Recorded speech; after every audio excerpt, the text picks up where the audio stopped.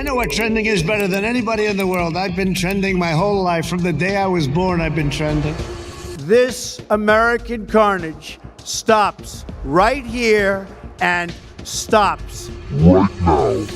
Donald Trump कौन है? ये एक ऐसा सवाल है जिसने बहुत सी बहसों को जन्म दिया, बड़े बड़े तगड़े मुल्कों के दरमियान इख्तलाफात पैदा की, और काफ़ी सालों से यही सवाल न्यूज़ चैनल्स की सुर्खियों में चले आ रहा।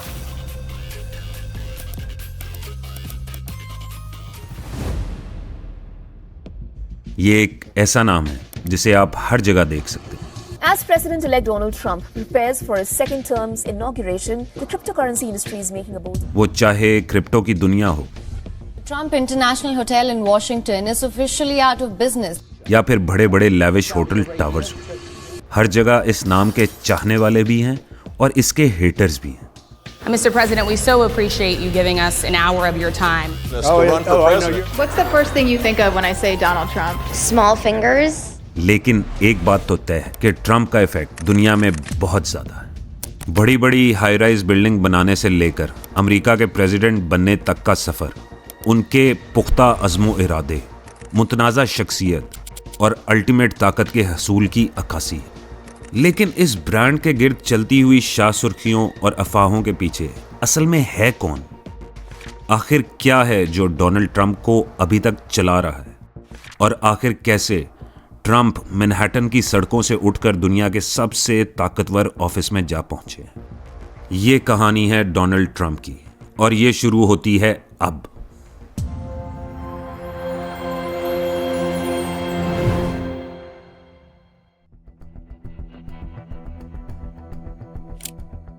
क्वींस अमेरिका के middle class neighbourhood Jamaica estates में 1946 में पैदा होने वाले डोनाल्ड ट्रंप की कहानी एक प्रॉपर्टी डेवलपर के बेटे से दुनिया के ताकतवर तरीन शख्स का सफर है। फ्रेड ट्रंप, जो खुद एक कामयाब रियल एस्टेट डेवलपर थे, उन्होंने अपने बेटे को अपने कारोबार की तमाम बारीकियों से अच्छी तरह आगाह किया। मैनहट्टन के हाई राइज अपार्टमेंट से लेकर न्यूयॉर्क के मिडिल क्लास हाउसिंग प्रोजेक्ट तक डोनाल्ड ने अपने वालिदैन के कंधों पे खड़े होकर कारोबार की दुनिया को समझा। फ्रेड ट्रंप से मिले $1 मिलियन की इब्तदाई इन्वेस्टमेंट ने डोनाल्ड को मैनहट्टन की रियल एस्टेट मार्केट में कदम रखने का मौका दिया, और देखते ही देखते उन्होंने ये रकम $10 अरब की एम्पायर में तब्दील करके दिखा दी। 1971 में मैनहट्टन शिफ्ट होने के बाद ट्रंप ने Elizabeth Trump and son company की कमान संभाली और इसे ट्रंप ऑर्गेनाइजेशन में तब्दील किया। 1976 में कमोडोर होटल की एक्विजिशन करना और इसे ग्रैंड हयात में कन्वर्ट करना उनकी पहली बड़ी कामयाबी थी। 1983 में ट्रंप टावर की तकमील ने उनकी शोहरत को नए अरूज तक पहुंचाया। 58 मंजिला ये इमारत, जिसकी कीमत उस वक्त $300 मिलियन थी, और ये उस वक्त मैनहट्टन की रियल एस्टेट मार्केट में एक गेम चेंजर के तौर पर सामने आई।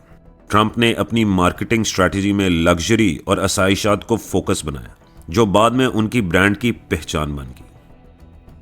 1987 में शाया हुई किताब द आर्ट ऑफ डील ने ट्रंप को घर घर में लिए जाने वाला नाम बना दिया।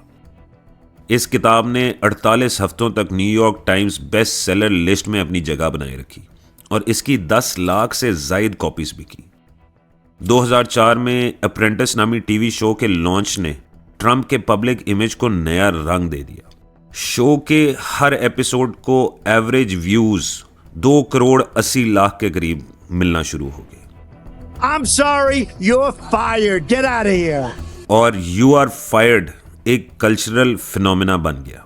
ट्रंप ने 14 सीजन्स तक शो को होस्ट किया, जिससे उन्हें तकरीबन $427 मिलियन की अर्निंग हुई और रियलिटी टीवी स्टार से लेकर बिजनेस गुरु तक का सफर तय किया।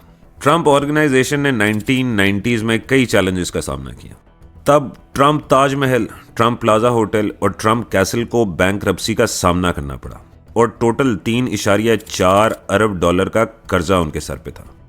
तब भी ट्रंप ने अपने नेगोशिएशन स्किल से कंपनी को दोबारा खड़ा किया। उन्होंने अपने ब्रांड को लाइसेंसिंग बिजनेस मॉडल की तरफ मूव किया, जिसमें उनका नाम बिल्डिंग्स, गोल्फ कोर्सेज और लग्जरी प्रोडक्ट्स पे यूज होता था। 500 से ज़्यादा बिजनेसेस में ट्रंप का नाम लाइसेंस हुआ, जिससे अरबों डॉलर की अर्निंग्स हुई। ये स्ट्रैटेजी इतनी कामयाब रही कि 2015 तक ट्रंप की ब्रांड वैल्यू 3 अरब से भी ज़्यादा बढ़ चुकी थी, जो कि उनकी नेटवर्थ का एक बहुत बड़ा हिस्सा था। क्वींस के प्रॉपर्टी टाइकून से व्हाइट हाउस तक का सफ़र दिलचस्प था, लेकिन असली कहानी तो अब शुरू होती है जब ट्रंप ने अमेरिका के 45th प्रेसिडेंट का ओथ उठाया। जनवरी 20, 2017 को डोनाल्ड ट्रंप ने जब व्हाइट हाउस में कदम रखा तो दुनिया की निगाहें वॉशिंगटन डीसी पर थी। मेक अमेरिका ग्रेट अगेन के नारे ने अमेरिका के मिडिल क्लास को एक नई उम्मीद दी थी। ट्रंप ने अपने पहले 100 दिनों में ही कई तब्दीलियां शुरू कर दी। पेरिस क्लाइमेट एग्रीमेंट से निकलने का फैसला, मुस्लिम ट्रैवल बैन का नोटिफिकेशन और चाइना के साथ ट्रेड वॉर का आगाज जैसे चंद इकदाम थे इनमें से। वॉल स्ट्रीट ने ट्रंप के कॉरपोरेट टैक्स कट्स को खुले दिल से खैर मकदम बोला, जिसके बाद स्टॉक मार्केट ने रिकॉर्ड ऊंचाइयां टच की। इमिग्रेशन पर सख्त पॉलिसी ने मैक्सिकन बॉर्डर पर टेंशन पैदा कर दी, जहां जीरो टॉलरेंस पॉलिसी के तहत 5400 से ज़्यादा फैमिलीज को अलग किया गया। ये पॉलिसी इतनी कंट्रोवर्शियल साबित हुई कि ट्रंप एडमिनिस्ट्रेशन को पब्लिक प्रेशर के बाद इसे वापस लेना पड़ा। अमेरिका फर्स्ट पॉलिसी के तहत ट्रंप ने नेटो अलाइज से डिफेंस स्पेंडिंग बढ़ाने का मुतालबा किया और नॉर्थ कोरिया के किम जोंग अन से हिस्टोरिक सिंगापुर समिट पे डील की। Iran will never be allowed to have a nuclear weapon. Iran nuclear deal से निकलने का फैसला दुनिया भर में कंट्रोवर्सी का सबब भी बना, लेकिन 2020 के शुरू में कोविड-19 ने तमाम मंसूबों को दरहम बरहम कर दिया। ट्रंप ने वायरस को शुरू में चाइनीज वायरस कहकर नजरअंदाज किया। It comes from China. फिर हाइड्रोक्सीक्लोरोक्विन को मिरेकल क्योर करार दिया। I take a pill every day. Operation warp speed के तहत वैक्सीन डेवलपमेंट को तेज तरीन स्पीड दी गई, लेकिन मास्क पहनना और सोशल डिस्टेंसिंग के खिलाफ ट्रंप का एटीट्यूड मुल्क में कंफ्यूजन का बायस बना। Just don't want to wear one myself. It's a recommendation. They recommend it. इस दौरान 4 लाख से ज्यादा अमरीकी शहरी की मौत ने ट्रंप एडमिनिस्ट्रेशन की कोविड पॉलिसी को सवालिया निशान बना के रख दिया। नवंबर 2020 के इलेक्शन में जो बाइडेन ने 81 मिलियन वोट्स हासिल किए, जो किसी भी प्रेसिडेंशियल कैंडिडेट के आज के सबसे हाईएस्ट वोट थे। ट्रंप ने 74 मिलियन वोट्स हासिल किए, लेकिन इलेक्शन रिजल्ट्स को रिग्ड करार दिया गया। दिसंबर तक 60 से ज़्यादा कोर्ट केसेस फाइल किए गए, जिनमें से कोई भी कामयाब नहीं हो पाया। जनवरी 6, 2021 को जब कांग्रेस इलेक्टोरल वोट्स सर्टिफाई करने वाली थी, ट्रंप ने अपने सपोर्टर्स को कैपिटल हिल की तरफ मार्च करने का बोला। I know that everyone here will soon be marching over to the Capitol building. इस दिन के हादसे में 5 अफराद की मौत हुई, 140 से ज़्यादा पुलिस ऑफिसर्स जख्मी हुए और अमेरिका का डेमोक्रेसी को एक ऐसा सदमा दिया गया जिसकी मिसाल पिछली 2 सदियों में नहीं मिलती। इस वाक़ये के बाद ट्रंप के खिलाफ सेकंड इम्पीचमेंट की कार्रवाई शुरू हुई, लेकिन सेनेट में कन्विक्शन ना हो सकी। ये ट्रंप की प्रेसिडेंसी का आखिरी सबसे बड़ी कंट्रोवर्सी थी, जिसने अमेरिकी सियासत को हमेशा के लिए बदल के रख दिया। कैपिटल हिल के हंगामे से कानूनी लड़ाई तक ट्रंप की जिंदगी कोर्ट रूम्स और हेडलाइंस में गुजरने लगी, एक ऐसे दौर जो अमेरिकी सियासत में काफी अनहोना साबित हुआ। अमेरिका की तारीख में पहली बार किसी फॉर्मर प्रेसिडेंट के खिलाफ 91 क्रिमिनल चार्जेस फाइल हुए। मैनहट्टन में ट्रंप ऑर्गेनाइजेशन के फाइनेंशियल रिकॉर्ड से मुतालिक केस ने मीडिया का ध्यान खींचा, जहां डिस्ट्रिक्ट अटॉर्नी एल्विन ब्रैग ने ट्रंप पर बिजनेस रिकॉर्ड्स में फ्रॉड का इल्जाम लगाया। जॉर्जिया में सेक्रेटरी ऑफ स्टेट ब्रैड राफेन्सबर्गर के साथ फेमस फोन कॉल, जिसमें 11,780 वोट ढूंढने की बात हुई, इलेक्शन इंटरफेरेंस केस का मरकज बन गई। Staff members going in and out of Mar-a-Lago during the time classified documents were held inside. Mar a Lago से क्लासिफाइड डॉक्यूमेंट्स बरामद होने के बाद डिपार्टमेंट ऑफ जस्टिस की इन्वेस्टिगेशन ने ट्रंप के लीगल चैलेंजेस को और संगीन बना दिया। मियामी से न्यूयॉर्क और जॉर्जिया तक हर कोर्ट अपीयरेंस एक मीडिया में तमाशा बन के उठी। ट्रंप ने इन तमाम केसेस को पॉलिटिकल विच हंट करार दिया, जो उनके सपोर्टर्स के लिए एक नारा बन के उभरा। सोशल मीडिया पर hashtag stand with Trump trend करता रहा, जबकि फंड रेजिंग रिकॉर्ड्स टूटते गए। सिर्फ 2023 में $50 मिलियन से ज़्यादा लीगल डिफेंस के लिए जमा हुए पैसे, ये सब उनके इस्तेमाल में हैं। इन केसेस के बावजूद ये शायद इन्हीं की वजह से रिपब्लिकन बेस में ट्रंप की पॉपुलैरिटी और बढ़ गई और वो 2024 के इलेक्शन में फ्रंट रनर बन के आगे उभरे। 2024 के प्राइमरी इलेक्शंस ने ट्रंप के लिए एक नए रिकॉर्ड कायम करने की बुनियाद दी। लगातार 3 स्टेट में 50% से ज़्यादा वोट हासिल करके रिपब्लिकन नॉमिनेशन को उन्होंने यकीनी बना लिया अपने लिए। निकी हेली से मुकाबला, जो खुद उस वक्त साउथ कैरोलिना की फॉर्मर गवर्नर थी, ट्रंप के लिए एक दिलचस्प चैलेंज था। सुपर ट्यूसडे तक पहुंचते पहुंचते ट्रंप ने 1427 डेलीगेट्स हासिल कर लिए, जहां के नॉमिनेशन के लिए सिर्फ और सिर्फ 1215 दरकार थे, और ये नंबर काफ़ी बड़ा था।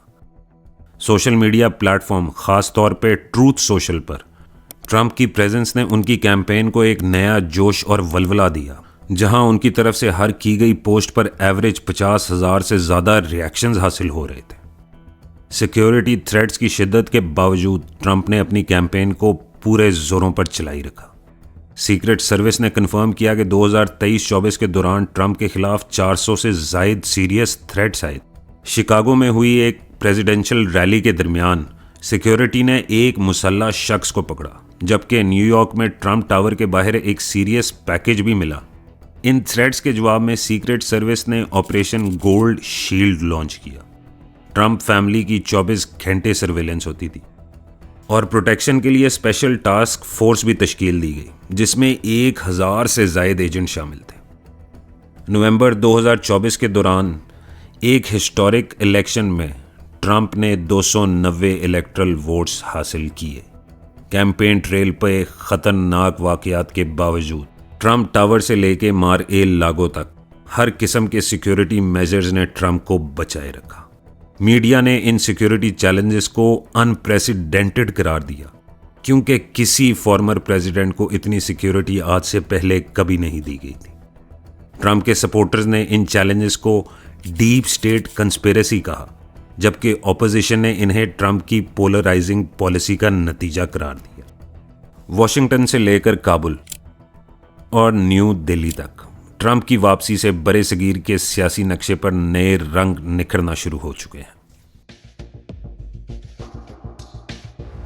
पाकिस्तान के लिए ट्रंप की वापसी मिक्स्ड सिग्नल से भरी हुई है। डिफेंस कोऑपरेशन जो 2018 में सस्पेंड हुआ था, उसके बारे में ट्रंप का रवैया बहुत सख्त रहा है। अफगानिस्तान से कंप्लीट विदड्रॉवल के बाद पाकिस्तान की अहमियत कम होने का खदशा है।